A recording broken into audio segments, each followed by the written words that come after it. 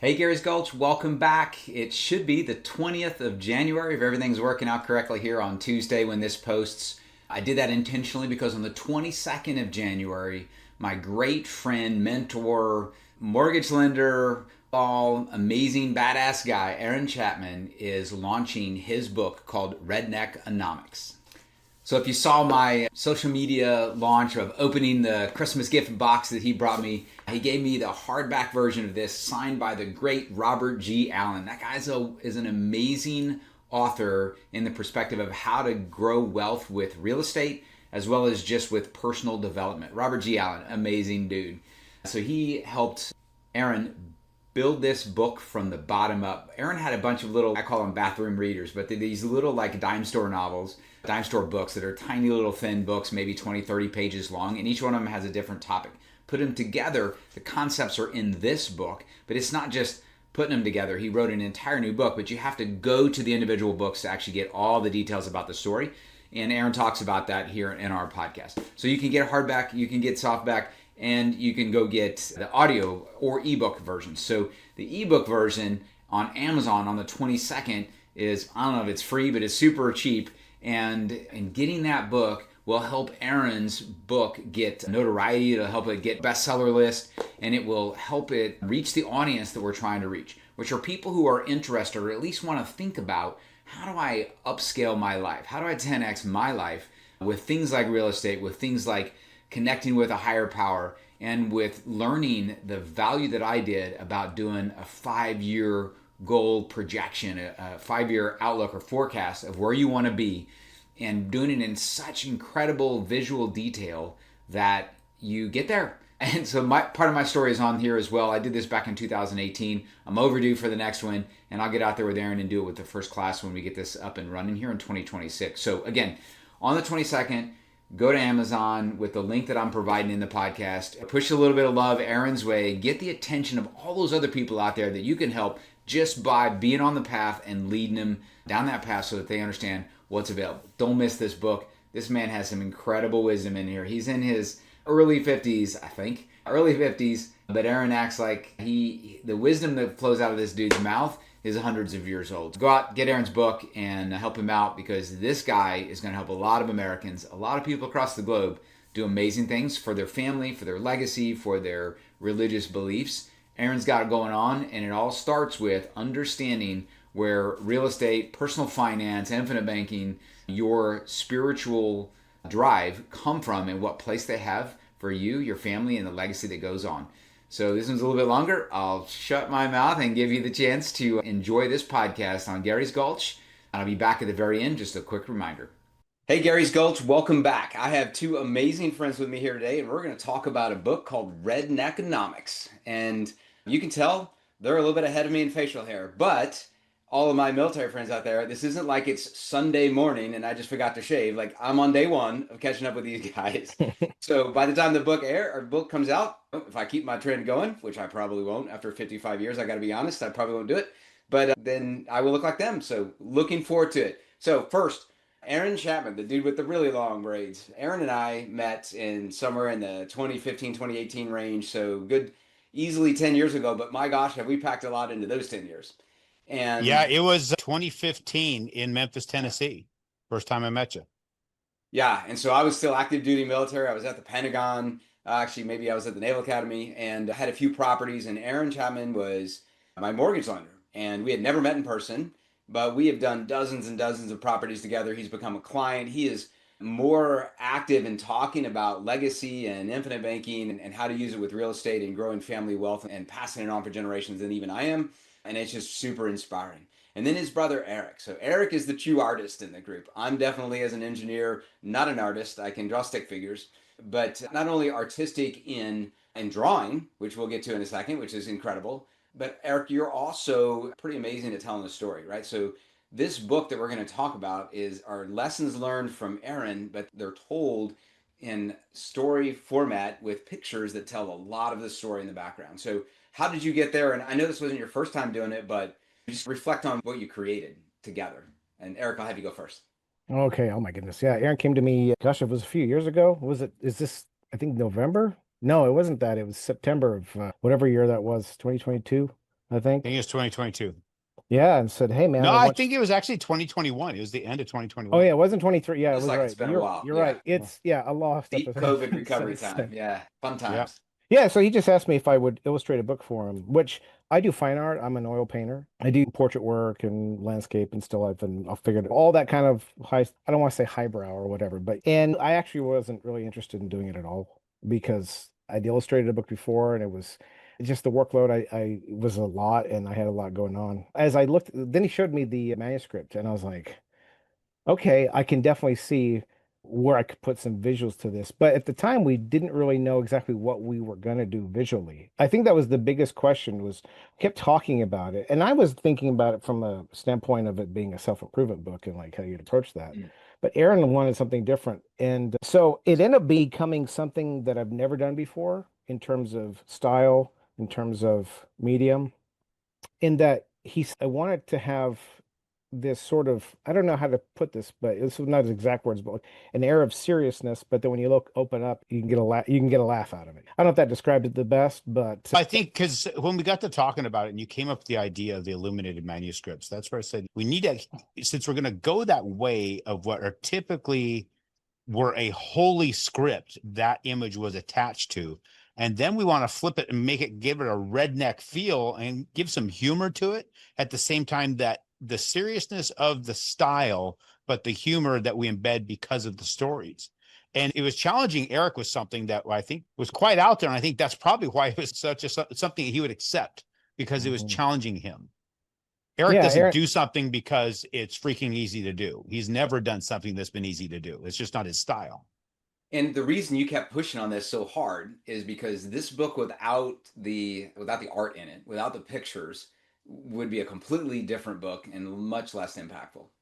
I didn't start out it going to be illustrated. It all started with I met Robert Allen at an event. And when you meet Robert Allen and he speaks on how to write a book, usually he used to speak on real estate, but he's speaking on writing a book and he starts talking about how to do it and the wrongs, the rights and the wrongs. And I'm like, I did all the wrongs, not a single one of the right things. So I started communicating with him and said, dude, I've got these 8 little books. 4 of them are published, 4 of them are not. I wrote one big one, breaking them down to little 30-page dime novels, if you will.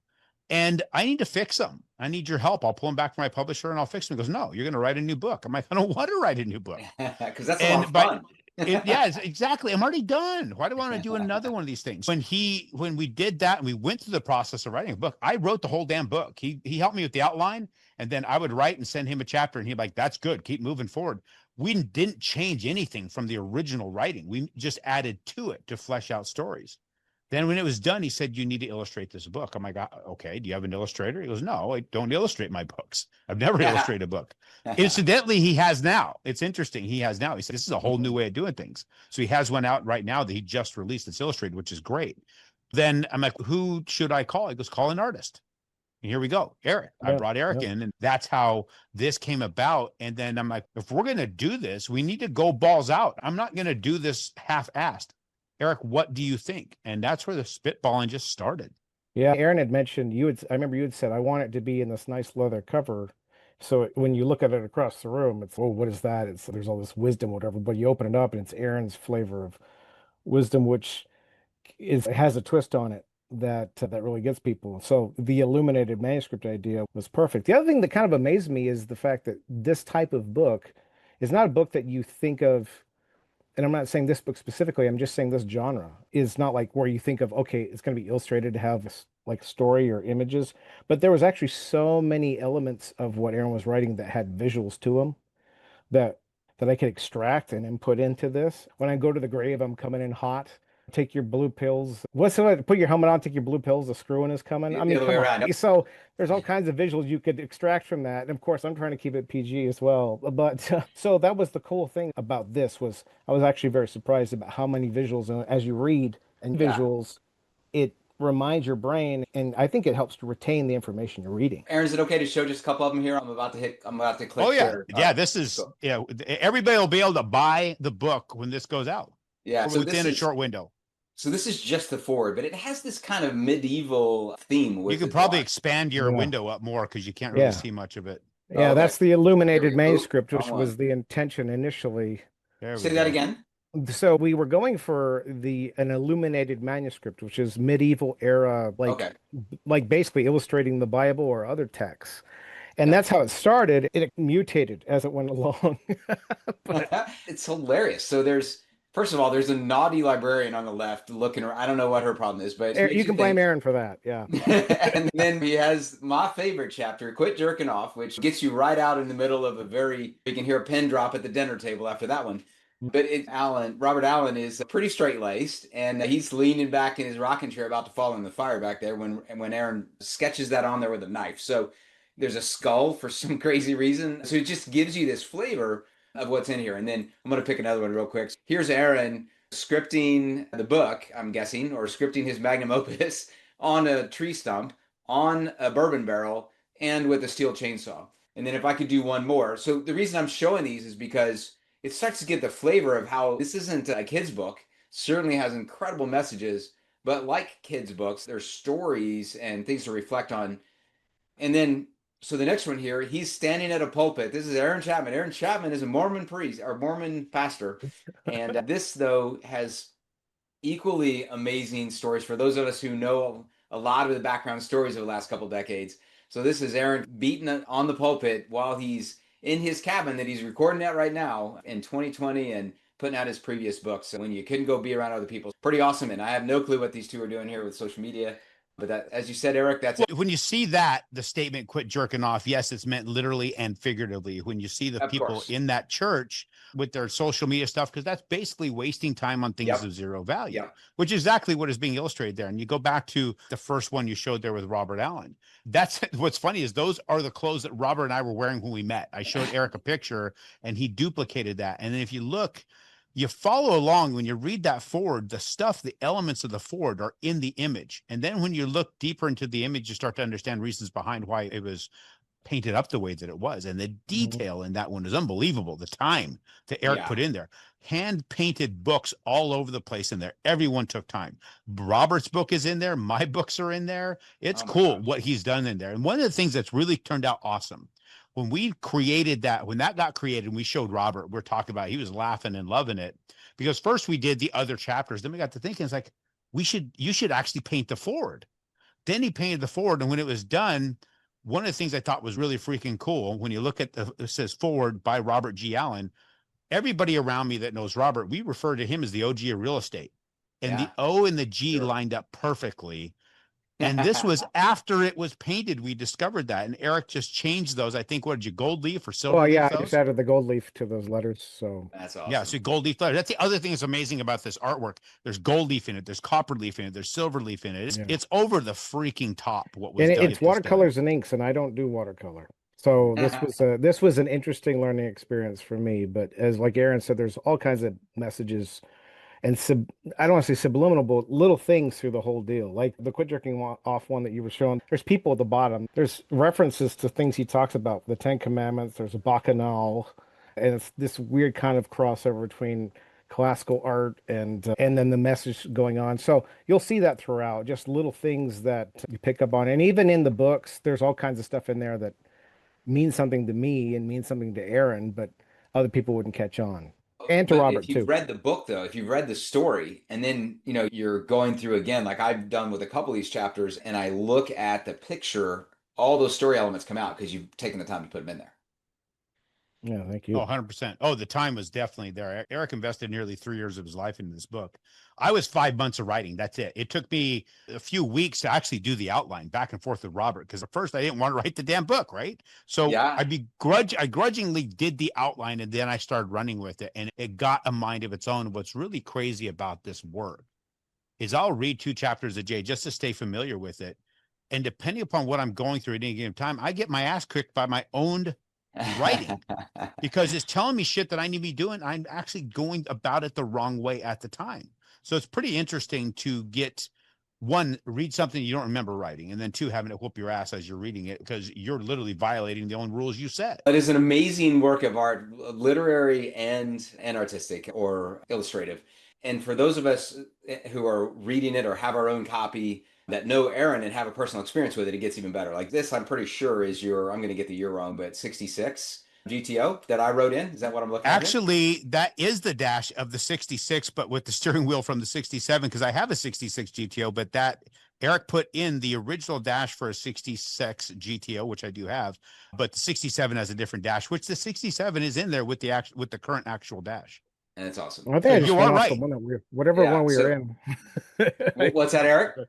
Whatever car we were in, man, that's what I did. Yeah. And I remember taking rides in this, talking about incredible things. So there's those illustrations definitely do a great job of covering the story or bringing the story into life. They also make a personal connection if you've had any experience with Aaron, and many of those who buy this book and read it will have. So let's dig a little bit into some of the messages, Aaron. Certainly, we've mentioned it a couple of times. We got to clear the air with quit jerking off. So let's talk us through that one. How'd that come up? What's the deal there? So ultimately, we as humans waste a lot of time, especially now than we ever have in history. There's so many things, weapons of mass distraction, if you will. And all of those things I refer to as just spending time jerking off, wasting time on things of zero value. So I did create one of those small books you referenced there. I think is book number 3 called Quit Jerking Off. And it's a very similar cover to what you had in that one chapter, where it's more of a zoom in of me standing where I'm sitting right here. But we had a pulpit right here that we brought in. We took from a church, brought it in here. I put on that. Now you can't see it. I got the black hat right here. The whole works, right? I even became an internet pastor so I could get the little collar thing and all of it. So that way I could have the gear and we could shoot that photo. And ultimately, what I'm trying to help people understand with that particular statement, one, it is a very literal statement as well. Sure. Because when you look at the statistics, you can go to something called fightthenewdrug.org, and I talk about that in the original little book, Quit Jerking Off, which you can get the ebook free through the website, quitjerkingoff.com. And in getting that, you will understand that statistically speaking, that over 8 billion hours a year, 8 billion per year is lost to people spending time on one website, one pornographic website. 8 billion hours per year. All of humankind is wasting on that site. Now think of all the other sites and all the other times being wasted, other sites of the exact nature.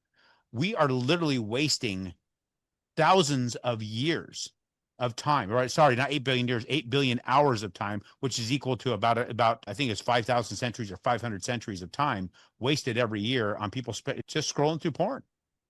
It's amazing how much time is being completely squandered by all of us. Now, and those of us who don't look at that stuff, even though it runs across you all the time, you have to consciously avoid it. Don't waste any time with that stuff. Your time is still being wasted. You're still finding things to waste valuable resources. The most valuable resource we have is the time allotted to us. Yeah, and you saw them on the phone and the lady hitting the guy, stop wasting time. Yeah, in the illustration for the chapter. Yeah, and So at the bottom you have a grandfather clock on fire that he's sitting on, and he has the gasoline in his own hand, and he's just getting engulfed. And there's a couple of ladies dancing from they're waving fans because the whole yeah. OnlyFans thing that's going on, and people being lured in all kinds of different ways. There's other things too, but yeah, definitely a big message in the book. So throw it your way, Aaron. What's one chapter? So first of all, talk a moment about putting this in audiobook fashion. Like you're in the middle of doing that, and no one's as familiar with this book as you are right now because you've been through it repeatedly every day, as you just mentioned. And so talk about the audiobook side, but then zero in on one chapter so that I don't use up all of our time on my questions. Well, a couple things here. The familiarity thing that you just mentioned, we are unbelievably familiar with this book.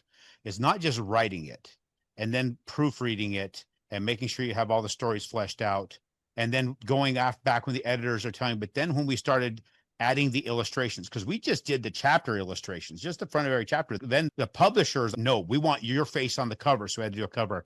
And he wanted 3 images per chapter to put in to illustrate the story. So then we had to go back into it and reread it again for where am I going to place images? And then when you place the images, you have to figure out the placement in the next one, because every time you place one, it moves the text. So we've read this a hell of a lot.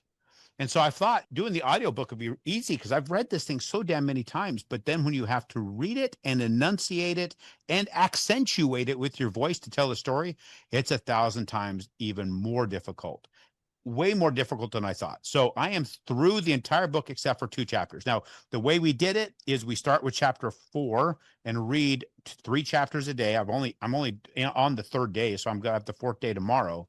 and you get as much as you can done that way, and you're really building up your voice and and acclimating to the process. So then they bring you back to do chapter 1, 2, and 3 as your last session, so you're at your best and most practiced at that point. I did chapter 1 today, so I got all the way through, and then I did chapter 1. I'm going to do 2 and 3 tomorrow. And let me just tell you, it is very tough. At the end of that 2-hour recording session, you are cooked, completely cooked. I have monster respect for people that can do voiceovers for any sort of like animated film, whatever it is, because that is a very tough thing. So I can imagine what acting is like. You're talking about actors in movies, that's got to be extremely difficult. Yeah, I would think that if you couldn't get into the part and actually be yourself, it would be really hard. Really hard. Yes. Okay. So I can see why people have to spend a lot of time getting into character months in advance. So you call the chapters ass beatings, written in redneck form. These are lessons that I've learned, I guess, to give it to the, what do you call them, the complicated folk, so they understand it. But in the first chapter, you talk about why we need beatings. Like, why do we need to learn these lessons? And just give a teaser to what that chapter's about. I think that I don't just think, I know that from my own experience that where you retain that which causes us pain. Yep. There was a movie called the movie Rounders. If you ever watched it, Matt Damon, Ed Norton. Yep. There's Yep. a Give part that in man there. his money, that one. Yeah. Yeah, Yeah. exactly. Yeah, John Malkovich. And I'll paraphrase this quote. It's an amazing quote. He quotes Jack King from the book called Confessions of a Winning Poker Player. And he says something to the effect of, strange as it seems, says, we cannot recall all the big pots that we won, but we recall with remarkable accuracy the big, tough beatings of our career.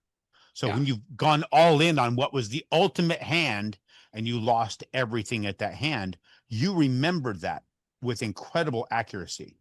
So we as humans, we retain the difficult times because we're supposed to remember the lesson. What's really stupid is we keep going down the same damn path and we don't actually learn from the lessons. It has to be painful for us to learn from it. We don't learn from from the things we do right. I don't remember the big freaking checks I got. I remember the months or the paycheck periods that had nothing in it or a negative. I remember that. I don't remember the real big ones. There's a couple that's hard not to remember because they're a monster. But those, we don't remember our wins so much. Yeah. So I would answer why we need the beatings, because that's where all the growth happens, right? That's where 100%. you move forward. Absolutely. Yeah, we advance in the ass beating, 100%. Because once you can get back up after an ass beating's not so bad. It's but actually the fear, right? The fear of the beating of the beating never taken is more debilitating than the beating itself. Absolutely. Absolutely. I'm going to go to the end so I don't run out of time, and then we'll come back somewhere in the middle. But my favorite phrase of yours happens to be ass beaten number 13, and I love that it's 13. Why would it not be lucky number 13? But it is, when I go to the grave, I'm coming in hot. And that's one of the things that I love about you, and everybody that I truly care about that I attract into my world thinks exactly like that. So what does that mean? When I go to the grave, I'm coming in hot. Everybody talks to me about, or has talked to me in the past about, when you're setting up your finances and you're working, what's your number? Let's talk about your retirement number. I'm like, I don't have one. I don't plan on it. I plan on ending my life really at the point of whenever it just ends, right? I'm never going to just slow it down. Like I said, when I go to the grave, I'm coming in hot. I will be operating at my peak capability the entire time until I collapse. Because I don't see the point. I don't see the point. If you're living a life that you enjoy, and you're living a life of purpose, and you're living a life that you're contributing to the whole, is there ever a time you stop? But if you're living a life of personal servitude, self-serving focus, and it's all about you, of course you're going to stop because it's all about you. But my life has not been about me. I've tried that, making it about me, and it became very miserable. I learned the lesson where about me doesn't work. When it becomes about something bigger, something greater, there's more drive to it, and you have a reason to get up and move. Doing this is freaking hard. This damn book was tough, and it's extremely expensive. It may cost a person $28 for this, but what is being held in the hand was over $100,000 invested to get here, and thousands of hours of time. Seriously, thousands of hours of time between all the people who worked on this. That is an enormous lift. And the only thing that kept me going in it was because it's going to affect Eric. It's going to affect the person who picks it up. It affects Robert. It affects my children. It affects so many more people than Aaron Chapman. This is tough. What we're going to do next is the marketing piece. That's going to be even bigger. It's not a matter. I've also found it's not what's best that gets traction. It's what's marketed most that gets traction. So now we got to be all over the damn place on podcasts, on and everywhere we can be to make sure people know that this exists. Yeah, yeah. You're also sharpening your sword every time you're doing this too, right? You are sharpening the axe, if you want to use Abe Lincoln, because you're talking about the topic that where you get passion, you get just a little bit more clear. The great Charlie Kirk, the late great Charlie Kirk, was very good at this.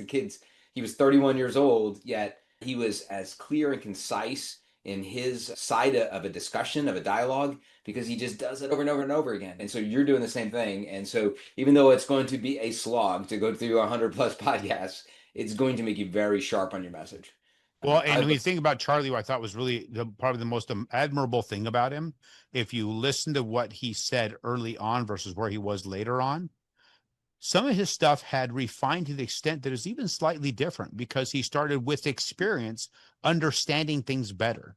And he was never afraid to say, hey, I'm 1,000% right from the very beginning. He would listen and he would evolve. And that to me was the most admirable thing of him. Yeah, absolutely. Yep. Yeah, it was the intention, I think, having very pure intention. So we hope that we intend that this will have some legs underneath it too. We're actually going to go personally hands-on, do some great things with a lot of people who want to improve their family situation. So talk about maybe what the future brings after the book launch.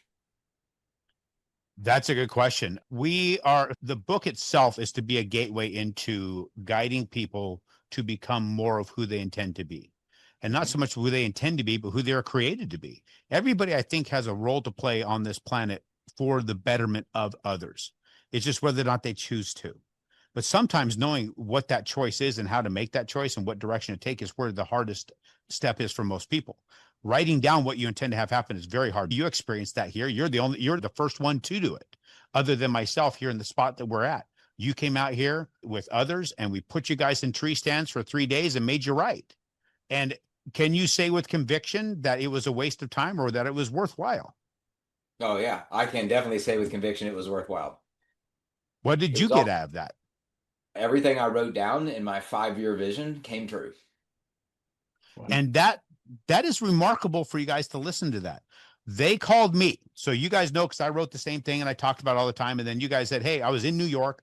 We're going to go to your place. You're going to show us this. You guys told me I was going to do that. I'm like, okay, let's go. I don't care. It's hunting season. I'll go hunting. You guys can sit your ass in the stand. I don't care. So I was going to go anyway. So we came, all the other guys showed up. There was 3 of you. And the first night stood out because I went hunting. I was on a stand on the other end of the property. I put everybody in their stands. And then you had to wait till dark and I'll meet you back at the cabin. I walked back to the cabin. The lights were on and Brian and my name just lost it. Who's our other guy that was there? Don't worry about it. You keep going. Brian, they were back. I was not. They were back. I'm like, how long you guys have been here? 20 minutes. I'm like, okay, 20 minutes. It's not been dark 20 minutes. What the hell? Then I was like, no wonder no deer came in as it's getting dusk. Your asses were walking around. Then you showed up and you had a bunch of pages, which was remarkable. And those guys were taken back. So that's something that could actually be done here. Because they're from New York. They're not used to sitting in a tree stand. They're not used to definitely not been in a tree stand. And it was raining, like it was misting and sprinkling on and off. So it was hard to even get anything on paper you could actually read. So it was interesting conditions and enough to dissuade somebody from getting in the flow. But I was in the flow from the first moment. And I was just revising stuff after that, day 2 and part of day 3. Those guys had an incredible growth experience in day 2. They caught up really impressively. Yep, they caught up. I don't think anybody left here with less than 6 or 7 pages. And what was remarkable to me is checking in with them and seeing that everybody accomplished what they wrote because they wrote it with intention. And so now we're taking that with this. We're going to be bringing people here. There's only going to be 6 people at a time. They're going to have they're going to be staying on site. I'm building that out as I speak. That's why I'm here. And then we're going to have places for them to sit and for them to think. They're not going to climb tree stands. I don't want the liability. So we're going to have a spot for them that's going to have a covering, so not having to fight the rain like you guys did. I remember telling you, just lean over your paper. I don't give a shit. I'm hunting. Well, I want people to be able to spend 3 days here digging really deep and understanding what it is they want. And we're going to do some prep work in advance. They're going to have a month worth of prep work. So when they get here, they hit the ground hard and they have to be able to see it, smell it, taste it, feel it. And Eric and I will be here to work with them and yourself. I'm hoping you're going to come too, Gary, and we're going to work these people through what they intend to have happen and how we get those steps done. And they write it to the extent that there are still tears evident on those pages that they wrote down on, because they felt it, they experienced it. And not only do they get to go and reread and listen to the recording of themselves, like you had did, to get yourself pointed to that ultimate end, but then we're taking it and doing it, and it's something just a little bit more special. So instead of them saying, hey, I'm going to take a vision board, we're going to help you create your vision board, we don't do that. I don't believe that a vision board is the best way to go about that. The problem with the vision board is you're taking and you're cutting out pictures of somebody else's shit and trying to put that in your future. That's their shit, not yours. Don't pattern yourself after them. We need you to get so damn granular, so damn specific about this, and the feeling to be so overwhelming that Eric can have a conversation with you, that he can read this, he can see it, and he can paint it. If he can do that, then you have done your job. And that's what we're shooting for with these events. That's an enormous amount of work on, exactly. It's an enormous amount of work on Eric. But if he can channel the way he does with that person getting really deep with those moments, then we'll be able to accomplish some cool things here. And people will leave here, not only with the written future, a path for them to take, an image of what that looks like, but the connections with that in that room to help them accomplish that. That's the goal. Yeah, that's awesome. It's like a police sketch. The better you can describe the suspect. Yep. Exactly. Very well said, Eric. Yeah, I didn't know you were bringing that element into it. That's pretty cool, because the only real thing that I would say helped me get across the line, that both Tom Savansary and Brian McCloskey said helped them when I shared it with him, is that this is not like a goal-setting retreat you do at the beginning of the year, right? It's completely different, and the results are completely different. And the reason is because you've personalized it. You can taste it. And so Aaron, the part we didn't talk in there about day 1 and day 2, the reason day 2 went so well is because I asked you to, because I could see they were struggling, right? And so I asked you to share the story of your sister and how getting her through the real estate exam at the time when it was incredibly important timing wise for you to be able to do what you wanted to do with your business. It was everything for your business. And so you carried her through this exercise. And so them understanding how personal and real and like how she just manifested it, because she gave herself no opportunity to fail, right? That's the process you take people through. And so that was incredible. And that resulted in them being able to get their stuff done. And then adding to that, I frankly, because it was raining, I couldn't read my notes. And so I read them to myself on the plane on the way back. And then I decided I actually like this a lot. I recorded it again in a little bit better fashion. And then I used to play it to myself, because there's something about you saying it to yourself. It's, what Zig Ziglar says to do is stand in front of a mirror and recite what you are, who you are, and what you're about. Because you looking at yourself in the mirror, you're not going to let yourself down. And it's very similar to that when you're reading your own stuff.